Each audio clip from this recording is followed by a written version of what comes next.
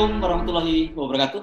Anda kembali berjumpa dengan saya, Hers Beno Arif dari Forum News Network dalam program Hers Beno Point, sebuah program tentang analisis berita dan point of view saya terhadap berbagai peristiwa yang sedang berkembang.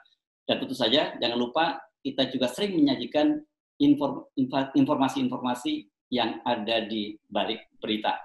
Dan dalam beberapa hari ini, berita yang paling hot, kalau sepanjang kemarin, itu banyak sekali berita. Antara lain soal antara Muhammadiyah dan NU yang mundur dari program di Kemendikbud, mengalahkan berita Gibran sudah mulai agak mereda, kemudian ada klepon Islami dan sebagainya, dan juga ada diberhentikannya pengacara dari mantan komisioner KPU Wahyu Setiawan yang menyatakan bahwa Wahyu Setiawan akan menjadi justice kolaborator membongkar berbagai kecurangan pemilu. Ini bisa gempa bumi baru yang akan muncul di belantika politik Indonesia. Tapi ada juga berita yang juga cukup bergelora, yakni bertemunya DPP Partai Gelora, pimpinan Anies Mata dengan Presiden Jokowi. Rumor yang berkembang, spekulasi yang berkembang katanya ada deal politik.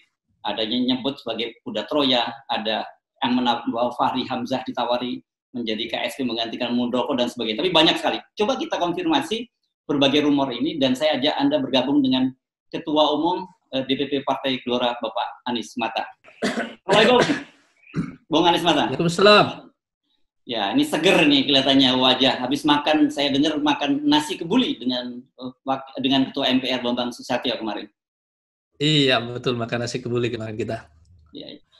Ini sebenarnya apa yang terjadi pada Anda? Mulai safari dari Presiden, Ketua MPR, dan sebagainya, dan kemudian selfie dengan Jokowi, dan kemudian ngomongin soal badan yang kurus dan sebagainya. Tapi orang tanya, apalagi wajah Anda ketika pulang meskipun tertutup masker gitu, banyak orang kelihatannya berbinar-binar ceria. Ini kelihatannya ada yang cair, ada deal politik dengan Presiden. Betul itu, Bung Anies Mata? Jadi ini Mas Hersu, ini adalah rangkaian safari politik yang kami rencanakan memang sejak kami mendapatkan SK dari Kemenkumham sebagai partai politik yang resmi di Indonesia. Tentu kami mempunyai kewajiban moral untuk memperkenalkan diri dengan semua pihak, dan saya kira pihak paling penting yang pertama yang perlu kami gelora ini kami perkenalkan kepada mereka adalah para petinggi di Republik ini, dan tentu saja yang pertama adalah Bapak Presiden Jokowi. Karena sebagai partai politik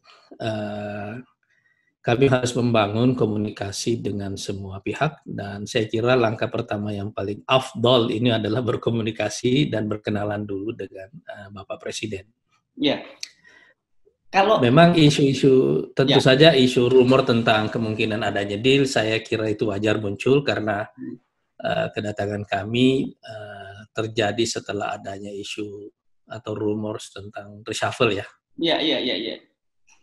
Okay. Tapi sebenarnya yang terjadi hanyalah sebuah perkenalan biasa dengan para pimpinan nasional. Jadi kami tidak pakai istilah DPP, Mas Hersu ini. Kita pakai istilah DPN. Oh, apa itu? Dewan Pimpinan Nasional. Oh, Dewan Pimpinan Jadi Nasional. Ada Pak Fahri bersama saya sebagai Waketum, ada Mas Mahfud Siddiq sebagai Sekretaris Jenderal, ada Pak Ahmad Riyadi sebagai Bendum, ada Mbak Rati sebagai Ketua Bidang Pelayanan Sosial, ada Bung Deddy Mizwar ya. Rati ini Rati Sanggarwati maksud Anda ya? Ya, Rati Sanggarwati. Ya. Nah, ada Bung Demis juga. Ini Nagabonar. Ya, mantan Wagub Jawa Barat ya. Mantan Wagub Jawa Barat juga bersama kami, dan juga ada beberapa teman-teman DPN dari bidang generasi muda, ada Kang Udep, Huzaifah namanya, dan juga timnya satu Obrey. Juga ada bidang jaringan Mbak Mia. Jadi ini memang saya membawa 9, kita semuanya ada 9 yang datang berkenalan dengan Pak Jokowi sebagai Dewan Pimpinan Nasional. Ini serius nih, karena ini saya rasa perkenalan, gimana? ini serius nih, tidak ada deal-deal politik sama sekali. Ini kan memang betul tadi Anda menyampaikannya menjelang reshuffle kabinet atau begitulah karena dan kelihatannya Jokowi kan butuh tim yang lebih kuat untuk menghadapi situasi pandemi ini. Anda bersama Bung Fahri lah katakanlah. Ini kan dikenal sebagai politisi handal sebelumnya. Jadi wajar dong kalau orang berpikir Anda datang itu pasti ada deal tertentu. Ya, itu memang saya tidak bisa menyalahkan banyak orang kalau mereka berpikir seperti itu, apalagi di tengah dua faktor ya. Satu memang ada isu reshuffle sebelumnya, yang kedua juga ada isu pembelahan yang sudah terjadi sejak Pilpres ya, 2014 dan lebih kencang lagi 2019 yang lalu, sehingga siapapun yang mendekat ke Jokowi dengan mudah ditafsirkan seperti itu. Sebenarnya yang kami lakukan ini langkah sederhana saja. Satu kewajiban yang harus dilakukan oleh setiap partai politik yang baru berdiri memperkenalkan diri kepada Presiden. Selanjutnya kita bicara, Presiden lebih banyak berbicara tentang krisis. Yang karena krisis ini berat badan beliau turun 3 kilo. Saya membayangkan itu tadi kan krisisnya kan baru 3 bulan. Sudah 3 kilo, ya. Sebulan 1 kilo. Kalau krisisnya semakin lama kan semakin Tapi beliau justru mengatakan bahwa berdasarkan hasil pembicaraannya dengan banyak sekali kepala negara yang ditelepon langsung oleh beliau, krisis ini jauh lebih dalam dari yang beliau duga, dan juga akan berlangsung relatif lebih lama daripada yang mungkin kita prediksi. Bahkan termasuk misalnya prediksi tentang pertumbuhan ekonomi misalnya terus-menerus berubah dan berubahnya makin minus gitu. Sebelum Anda bicara tentang hal yang terlalu serius dari sisi kenegaraan, saya mau beberapa klarifikasi nih beberapa hal kepada Anda ini. Satu kan di antara komposisi Anda tadi mayoritas kan PKS. Meskipun kemudian ada dari P3, ada dari Demokrat seperti Bang Demis, saya juga kenal beberapa orang aktivis HMI yang bergabung pada Anda gitu ya. Nah, benarkah Anda ini bangun partai ini dalam rangka menggebosi PKS? Ini penting Anda jawab karena spekulasi semacam ini kencang di kalangan, terutama kalangan keumatan. Jadi sebenarnya saya sudah menghabiskan waktu 20 tahun dalam politik ya. Usia terbaik saya yang saya habiskan dalam politik di PKS dulu. Sebagai pendiri, sebagai sekretaris jenderal beberapa periode, dan kemudian sebagai presiden. Kemudian terjadi konflik sebagaimana lazimnya juga. Semua partai politik mengalami hal yang sama. Tapi saya merasa bahwa ruang pengabdian saya, ruang atau bidang ibadah saya yang paling baik yang saya kuasai adalah bidang politik. Cuma saya tidak ingin melanjutkan konflik seperti itu sebagaimana yang ada di partai-partai lain. Karena itu saya memilih untuk mendirikan partai baru. Tapi kalau kita mengatakan bahwa ini akan menggembosi PKS, saya kira PKS terlalu solid untuk digembosi. Dan perlu saya sampaikan juga bahwa sekarang ini jumlah orang PKS yang mantan PKS yang ada di Partai Gelora sekarang perlahan-lahan jadi minoritas. Karena pendatang barunya ini lebih banyak, kalau saya suka mengistilahkan para muhajirin dari PKS ini perlahan-lahan mulai jadi minoritas di tengah bertambahnya kaum Ansor. Anda menggunakan dan yang menarik, Mas Hersu ini, hijrah ini yang menarik ini banyak kaum Ansor justru datang dari teman-teman HMI. Jadi aktivis HMI yang banyak bergabung di sini dan juga dari teman-teman dari generasi muda dari berbagai macam profesi. Ada Mbak Fania yang kerja sebagai editor di salah satu penerbit paling top di Republik ini, tapi juga punya hobi sebagai pendaki. Ada yang kerja ada yang bekerja di di bisnis marketplace ya, tapi mungkin saya tidak ingin menyebutkan nama-nama perusahaan di mana mereka bekerja, tapi secara keseluruhan baik etnis, agama, semuanya alhamdulillah sekarang ini berkumpul. Sebab memang saya berpikir bahwa kita membutuhkan satu wadah yang bisa mempersatukan seluruh elemen bangsa. Salah satu yang saya sadari betul dalam pengalaman politik yang lalu adalah bahwa pembelahan di Indonesia ini secara ideologi ternyata jauh lebih dalam daripada yang saya duga sebelumnya. Dan ketika krisis sekarang ini datang, dan saya kira krisis ini akan berlangsung lebih lama, lebih sistematis, lebih multidimensi, inilah waktu paling penting dalam sejarah kita, di mana kita membutuhkan satu platform bersama yang bisa menyatukan kita semuanya, semua elemen bangsa. Jadi kita harus melampaui sekat-sekat di antara kita semuanya. Dan saya kira paling sedikit ada 2 hambatan untuk menyatukan seluruh elemen bangsa di tengah krisis sekarang ini. Yang pertama itu adalah hambatan ideologi. Karena itu sejak awal Partai Gelora menetapkan asasnya adalah Pancasila, karena inilah platform falsafah dan dasar negara yang telah menyatukan kita dan menjadi sumber identitas kita sebagai bangsa Indonesia. Sehingga inilah asas dan falsafah kenegaraan yang seharusnya menyatukan kita sebagai bangsa, sebagaimana dulu dia menyatukan kita saat kita mendirikan republik. Nah, yang kedua, kita harus menghilangkan hambatan komunikasi. Jadi semua hambatan ideologi harus kita hilangkan. Yang kedua, hambatan komunikasi juga harus kita hilangkan, terutama yang bersifat personal. Jadi di tengah krisis seperti ini kita mesti keluar dari perasaan like and dislike. Ini merah, ini biru, ini hijau, ini kuning, dan seterusnya. Jadi, buat saya sekarang ini kita hanya punya Indonesia. Jadi tidak ada kanan, tidak ada tengah, tidak ada kiri. Anda ini tapi jadi kalau kita klasifikasi sekarang Anda ini 001 atau 02 atau cebong atau kampret gitu. Itu di mana posisi Gelora itu? Saya Indonesia, saya tidak 01, saya juga bukan 02. Jadi 03? Saya 03. Dan 03 itu Indonesia. Ya. Ya, silakan. Justru sekaranglah waktunya, seperti yang saya katakan, sekaranglah waktunya kita perlu platform yang bisa menyatukan kita semuanya.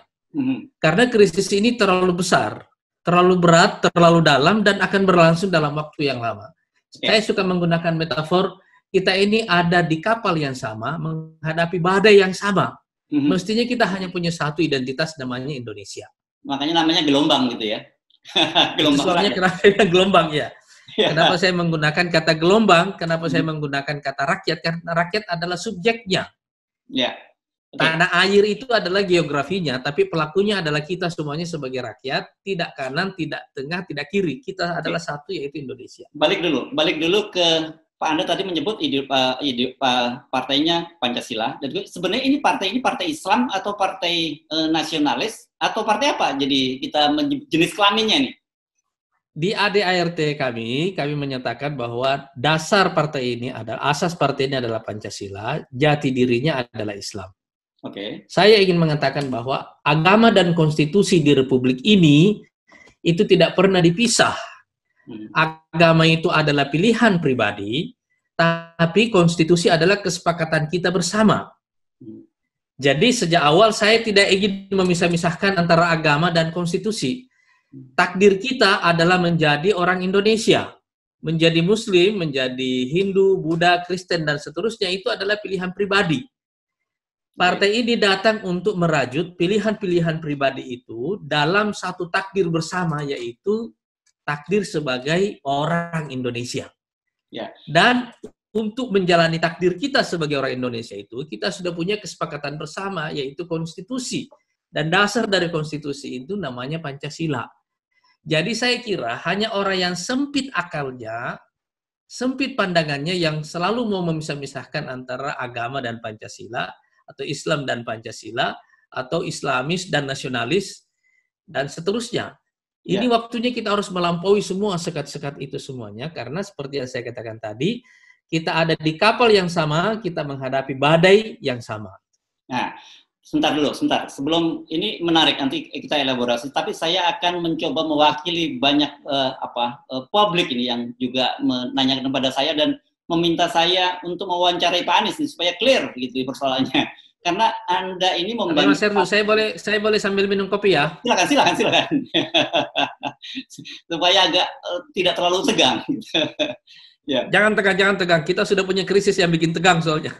Iya, oke. Ini ada yang menyebut bahwa Anda ini sebenarnya kenapa pertemuan dengan Pak Jokowi itu adalah semacam simbol, karena Anda ini sebenarnya adalah kuda Troya yang dipakai oleh rezim untuk memecah belah terutama partai Islam. Dan dalam hal ini PKS, karena PKS sekarang dianggap satu-satunya sebagai oposisi. Saya tidak melihat sekarang ini ada urgensi untuk membedakan partai koalisi pemerintah dan partai oposisi. Ya. Sebab kita juga sering mendengarkan dari dulu ada istilah oposisi loyal, seperti yang juga disampaikan oleh teman-teman di PKS, atau mitra kritis.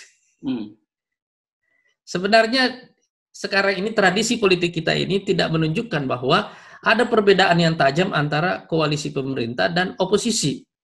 Paling tidak di level narasi, di level gagasan, sama sekali tidak terlihat perbedaan itu. Justru saya melihat sekarang ini ada satu masalah besar bahwa di tengah krisis besar ini, baik koalisi pemerintah maupun oposisi sama-sama bingungnya. Jadi ini ada krisis yang terlalu kompleks yang tidak bisa difahami oleh banyak orang, terutama kita para elit politik. Dari pembicaraan saya dengan Pak Presiden, Pak Jokowi, dari cerita beliau dengan pembicaraannya dengan semua kepala negara itu bingung. Ini krisis yang kita hadapi ini apa judulnya? Yang kita hadapi ini, Mas Hersu, ini adalah, seperti yang saya katakan tadi, ini adalah satu momentum dalam sejarah yang disebut dengan siklus abad. Siklus satu abad. Dalam sejarah modern, itu ada satu fakta sejarah yang terlihat bahwa di antara kisaran 80 sampai 120 tahun selalu terjadi pergantian sistem global. Sistemnya dan juga leadership-nya. Misalnya kita lihat, kalau paling tidak kita ambil sejarah 500 tahun terakhir di Barat misalnya, abad 16 itu adalah abadnya Portugis. Abad 17 itu abadnya Belanda. Abad 18 itu abadnya Inggris. Abad ke-19 masih Inggris berlanjut, tapi abad ke-20 itu abadnya Amerika. Jadi kita lihat ini selalu terjadi pergantian, shifting dalam sistem global. Dalam teori juga termasuk yang disebutkan oleh Ibnu Khaldun, itu ada siklus pergantian itu selalu terjadi di kisaran waktu ini. Dan di sela antara 80 sampai dengan 120-an tahun itu bisa terjadi perang besar. Jadi ini siklus yang kita hadapi sekarang, sistem global ini kan sudah berumur 75 tahun ini ya, dari tahun 45 ini, sistem global sekarang setelah Perang Dunia Kedua, kan ini ada sistem global baru yang didominasi oleh Amerika. Iya kan? Nah, jadi sekarang kalau kita lihat, gimana, kalau gitu, Anda melihat Indonesia itu di mana posisinya? Nah, dalam sejarah kita melihat fakta bahwa setiap kali terjadi shifting dalam sistem global itu, ada kalanya, dan ini lebih banyaknya, Indonesia itu jadi korban. Nah, misalnya dulu kenapa kita dijajah silih berganti, ya Portugis, ya Belanda, iya kan? Karena ganti leadership secara global. Istilahnya orang di Eropa bertarung sesama mereka, yang dijajah adalah Indonesia.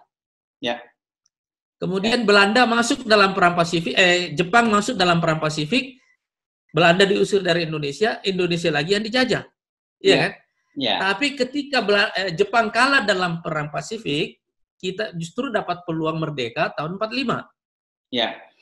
Ketika terjadi perang dingin antara blok Barat dan blok Timur, 20 tahun setelah kita merdeka, kita mengalami peristiwa G30S.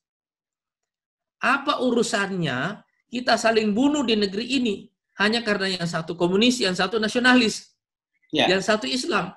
Dan itu Anda khawatirkan kemungkinan bisa terjadi bersamaan dengan krisis saat ini? Ya, itu yang saya sebut, kita ini selama ini selalu menjadi collateral damage dari residu perang yang terjadi secara global itu.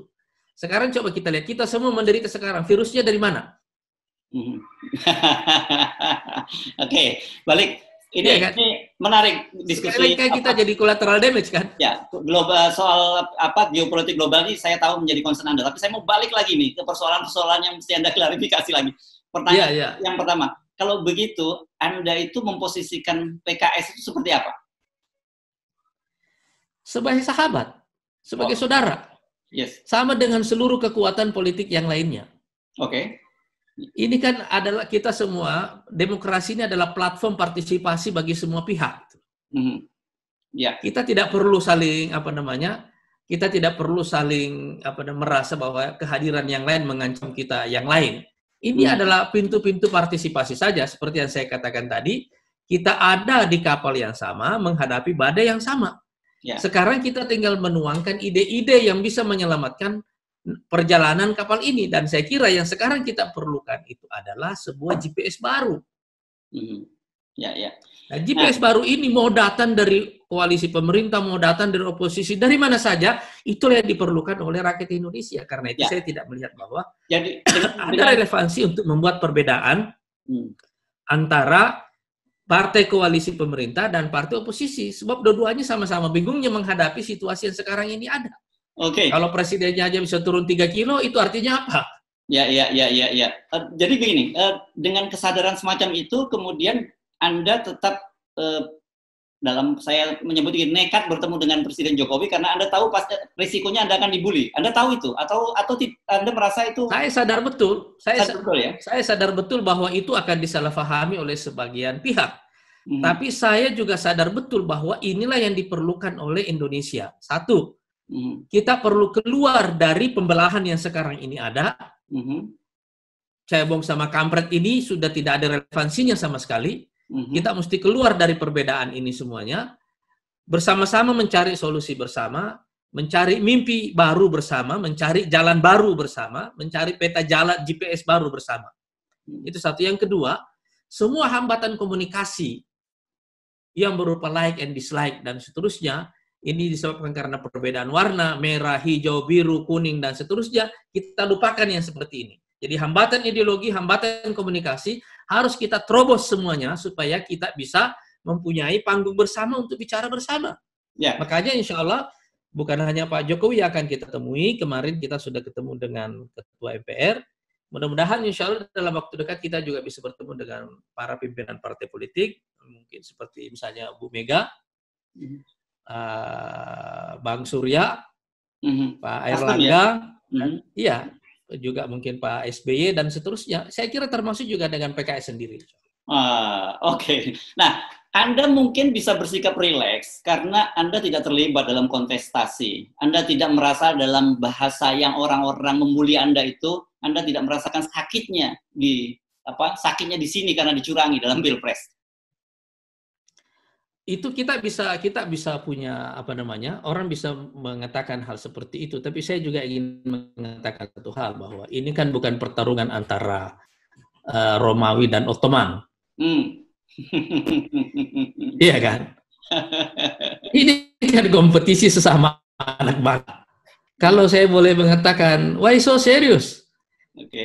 Kenapa kita terlalu membawa ke dalam hati persoalan itu? Kenapa kita tidak fokus kepada sesuatu yang lebih baik, kesempatan kita bersama menghadapi krisis sekarang di tengah kebingungan para pemimpin. Elit kita ini, kalau misalnya dari penyampaian Pak Jokowi, saya melihat bahwa beliau merasakan kebingungan yang luar biasa. Bahkan beliau mengatakan, ini hanya Tuhan yang bisa membantu kita ini. Kita sudah tidak tahu lagi apa yang harus kita lakukan. Apalagi nanti kalau di kuartal kedua ini kita minus, secara teknis resmi dinyatakan resesi, ini luar biasa fatal. Kita nggak tahu apa lagi yang harus kita lakukan.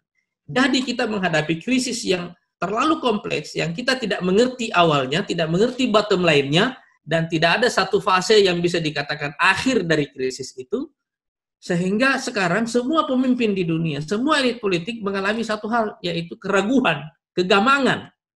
Kalau orang gamang seperti ini, kita harus pertama-tama mencari jembatan kolaborasi, karena hanya dalam semangat kolaborasi itu akan terjadi yang disebut dengan inovasi kolektif. Kita ini waktunya sekarang, kita membutuhkan lebih banyak akal, lebih banyak otak untuk terlibat. Jangan sampai ada kendala bagi orang untuk terlibat. Baik disebabkan oleh tirani rezim kepada rakyatnya, maupun oleh kecurigaan kita juga kepada rezim. Artinya tirani rezim menghilangkan kebebasan orang untuk bicara, kecurigaan kepada rezim membuat kita tidak mau berkomunikasi. Kita harus keluar dari dua hal itu. Sebab itu menunjukkan bahwa kita ini bangsa yang tidak dewasa. Kita justru sekarang waktunya di tengah krisis ini, saya malah optimis bahwa Indonesia ini seharusnya punya peluang yang lebih besar. Ya, ini yang tidak saya menangkap. Ya, selalu menyebut sebagai 5 besar gitu, apa 5 besar dunia gitu. Apakah sekarang masih relevan dengan situasi seperti sekarang yang menurut Anda tadi bahwa Pak Jokowi pun sampai pada kesimpulan hanya Tuhan yang bisa menolong kita semua? Justru biasanya Mas Ersu, ini saya mau cerita ada 2 peristiwa di dalam sejarah ya. Ya. Yang pertama dalam Perang Dunia Kedua, itu industri militer Amerika secara teknis paling maksimum bisa memproduksi 400 pesawat tempur. Tapi presiden mereka, Roosevelt, justru menjanjikan sekaligus menginstruksikan untuk memproduksi 30.000. Semua orang berpikir ini orang tua pikun ini. Bisanya cuma 400, tapi dia maunya 30.000. Iya kan? Ya. Yang terjadi adalah selama Perang Dunia Kedua mereka memproduksi 50.000. Jadi perhatikan angka-angkanya, 400, targetnya 30.000, pencapaiannya malah 50.000. Justru kalau realitas kita terlalu kelam, terlalu gelap, terlalu pahit, kita harus keluar ke alam imajinasi yang lebih luas, karena itu akan menjadi celah yang melepaskan energi kolektif kita. Di waktu krisislah mimpi besar itu dibutuhkan. Misalnya lagi dalam sejarah Nabi kita Muhammad SAW. Kapan sih saatnya Nabi itu menjanjikan akan membebaskan Konstantinopel, membebaskan Romawi, membebaskan Yaman dan semuanya itu? Itu bukan lagi ngobrol di pojok masjid, lagi santai, bukan dijanjikan habis qiyamul lail. Enggak. Itu justru dijanjikan dalam perang Khandaq ketika kaum muslimin sedang terkepung. Yang kalau istilahnya kalau di dalam Quran itu dilukiskan bahwa di saat itulah kaum muslimin benar-benar diuji dan digoncang segoncang-goncangnya. Tapi dalam situasi itu justru Nabi menjanjikan bahwa nanti Romawi akan dibebaskan, Persia akan dibebaskan. Itu artinya apa? Artinya ketika kaum muslimin sedang terdesak, sedang dikepung, di saat itulah mereka mendapatkan janji dan akhirnya mereka memenangkan perang Khandaq. Oke. Nah, sekarang sama juga dengan kita ini sekarang di tengah krisis besar ini, saya justru melihat bahwa Indonesia ini mempunyai peluang yang luar biasa besarnya kalau kita mengerti bagaimana mengelola situasinya. Tapi syarat untuk mengelola situasinya itu adalah kita harus punya 2 hal. Satu, one vision, ada satu visi bersama, yang kedua collective action. Ya. Jadi aksi bersama. Nah, itu hanya mungkin kalau kita ini semuanya, ini menghilangkan seluruh hambatan komunikasi, hambatan kolaborasi itu, terutama yang saya sebutkan tadi, satu hambatan ideologi, yang kedua adalah hambatan komunikasi. Itu harus kita hilangkan bersama. Dari mana Bung Anies memulainya? Kalau kita lihat, saya tangkap ini justru situasinya pembelahan itu malah semakin dalam. Jadi justru pandemi membawa kita terpuruk makin dalam dan orang ternyata asik menggali kubur masing-masing dari kelompok yang berbeda. Nah, itu sebabnya diperlukan satu terobosan yang mencairkan suasana. Janganlah terlalu tegang bernegara. Termasuk itu tadi Anda bertemu dengan ya, termasuk Anda bertemu dengan Pak Jokowi dan lainnya itu dalam rangka itu. Dan dalam rangka itu kita harus mencairkan suasana. Sebab kebekuan ini mematikan kita semuanya. Kalau kita terus-menerus saling curiga dan tidak pernah bertemu seperti yang saya katakan tadi, rezim yang tiran, rakyat yang curiga, ini akan membuat kita mati bersama gitu. Sebab krisis ini datang menghantam kita semuanya. Ini badai yang menghancurkan kapal kita bersama gitu. Jadi harus ada usaha ke arah itu, harus ada terobosan untuk mencairkan suasana. Ya, karena itu saya berani mengambil inisiatif itu. Ya, oke, Anda mengambil inisiatif ini kan Anda, tapi sekarang partai juga baru berdiri dan sebagainya kan, gitu, masih perlu perjuangan lagi. Jadi saat ini siapa yang harus memulai langkah itu, langkah besar yang tadi sulit dilakukan tadi? Saya kira sebenarnya siapapun harus memulainya. Cuma karena saya tidak melihat ada yang memulainya, ya saya memulainya. Dan saya yakin insya Allah setelah kita mencairkan suasana begini, saya percaya insya Allah akan banyak yang mengikutinya. Insya Allah itu. Saya sangat percaya gitu. Oke, sekarang kita balik ke Partai Gelora. Jadi kalau kita tadi saya kan menanyakan jenis kelamin dari Gelora itu, coba Anda bisa elaborasi sedikit tentang Partai Gelora itu. Jadi supaya publik bisa menangkap ini sebenarnya bukan kuda Troya yang disiapkan oleh pemerintah untuk menggerogoti Partai Muslim gitu. Karena orang kan sekarang prihatin, Partai Muslim itu dari tahun ke tahun, dari pemilu ke pemilu semakin menyusut gitu. Silakan Bung Anies. Ini adalah partai Islam nasionalis. Sederhananya begitu. Apa bedanya dengan makanya di ADRT-nya kita menyebutkan asasnya adalah Pancasila, jati dirinya adalah Islam. Oke, apa bedanya dengan partai-partai yang ada yang sebelumnya menyebut nasionalis religius? Apa bedanya Partai Islam nasionalis dengan nasionalis religius tadi? Sebenarnya itu sama dengan ketika kita menyatukan antara agama dan konstitusi. Kira-kira seperti itu. Secara sederhana. Jadi, sebenarnya tujuan kita terutama di sini adalah melampaui perbedaan yang sudah tidak relevan. Pembelahan, pemisahan antara agama dan konstitusi itu sangat berbahaya bagi masa depan bangsa kita.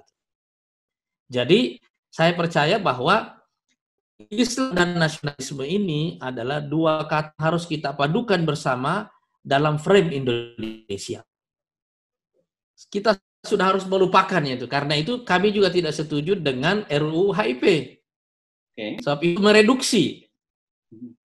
Juga apa namanya yang gantinya RUU BPIP ya. Ya, RUU BPIP ada sedikit. Ya, saya juga tidak setuju dengan dua-duanya itu. Itu tidak diperlukan. Pancasila ini atau konstitusi ini adalah seperti runway. Tapi runway ini gede. Platform ini luar biasa besarnya. Cuma kita membutuhkan juga kapal besar yang bisa tinggi. Dan supaya tinggi itu, kita perlu dua itu tadi yang saya katakan. One vision, collective action. Iya. Ada satu visi dan kemudian ada aksi bersama. Jadi sekarang, karena itu agama dan konstitusi ini, agama adalah sumber nilai, konstitusi adalah kesepakatan kita bersama yang harus kita rajut bersama. Habis itu kita Oke, kalau kita tidak juga gimana? Kalau kita bikin mudah bahasanya gitu, mungkin tidak di pengurusan BPN Anda di tingkat pusat begitu ada non-Muslim yang menjadi fungsionarisnya? Sekarang ini alhamdulillah semua etnis, semua agama ada di Partai Gelora gitu ya. Dan saya ingin Partai Gelora ini menjadi representasi dari semua golongan yang ada di Indonesia. Sebab saya percaya bahwa menjadi bangsa Indonesia itu adalah takdir kita bersama.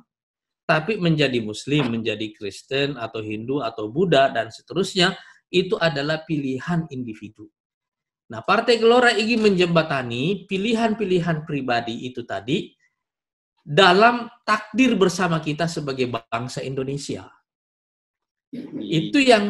Itulah yang kami lakukan sekarang ini di Partai Gelora, dan saya kira satu visi yang harus kita ambil di tengah krisis seperti ini, karena partai ini memang lahir di tengah krisis, adalah membuat satu mimpi bersama yang akan melecutkan energi kita, meledakkan energi kolektif kita sebagai bangsa. Dan mimpi bersama itu yang saya sebutkan menjadi 5 besar dunia. Justru ketika kita lagi susah seperti ini, terpuruk seperti ini, inilah waktu kita butuh mimpi besar itu. Supaya yang pahit dalam kenyataan, bisa kita kasih manis dalam imajinasi pada mulanya. Atau kalau kita lihat misalnya ratusan tahun kita dijajah, semua perang perlawanan daerah gagal. Apa solusinya? Kan kita tidak menang karena perang dalam memperebutkan kemerdekaan kita. Iya kan? Solusi pertamanya itu justru datang ketika ada sekelompok anak muda yang punya mimpi besar, keluar dari ikatan primordial kedaerahan, membangun satu identitas baru yang namanya Indonesia. Di awal abad ke-19, mulailah pergerakan nasional. Ada Syarikat Islam, ada Budi Utomo, dan seterusnya. 20 tahun kemudian kita mengucapkan Sumpah Pemuda. Ini kan ada peralihan imajinasi yang membuat kita ini mempunyai identitas baru. Apakah tanahnya berubah? Tanahnya nggak berubah. Apakah orangnya berubah? Enggak. Geografi dan populasi sama sekali tidak berubah. Yang berubah adalah persepsi kita tentang geografi, persepsi kita tentang populasi. Persepsi kita tentang manusia, persepsi kita tentang tanah. Itu yang berubah. Maka kita punya identitas baru yang namanya Indonesia. Begitu kita punya identitas baru seperti ini, seketika kita punya power. Berapa jarak antara Sumpah Pemuda tahun 28 dengan 45? Ya. Iya kan? Baik, clear, Pak. Jadi kan jaraknya dekat sekali gitu loh. Ya. Jadi peralihan imajinasi ini dari awal dari awal pergerakan nasional sampai kita merdeka itu cuma sekitar 40-an tahun. Ya. Saya kira clear ini posisi Anda nih, posisi BPN Gelora. Tapi saya kira namanya pro kontra itu biasa saja karena kita justru ingin bukti, bukan janji. Ya, Bung Anies, terima kasih waktunya. Assalamualaikum. Ya, Mas Efri, ya. Kita akan melanjutkan insya Allah safari kami ini. Mudah-mudahan dalam waktu dekat bisa bertemu dengan para pimpinan politik lainnya, juga para pimpinan ormas, para pimpinan lembaga tinggi negara, dan lainnya insya Allah. Ya, terima kasih. Bung Anies Mata, sukses. Assalamualaikum. Dari silaturahim kita mulai hal-hal besar insya Allah. Waalaikumsalam.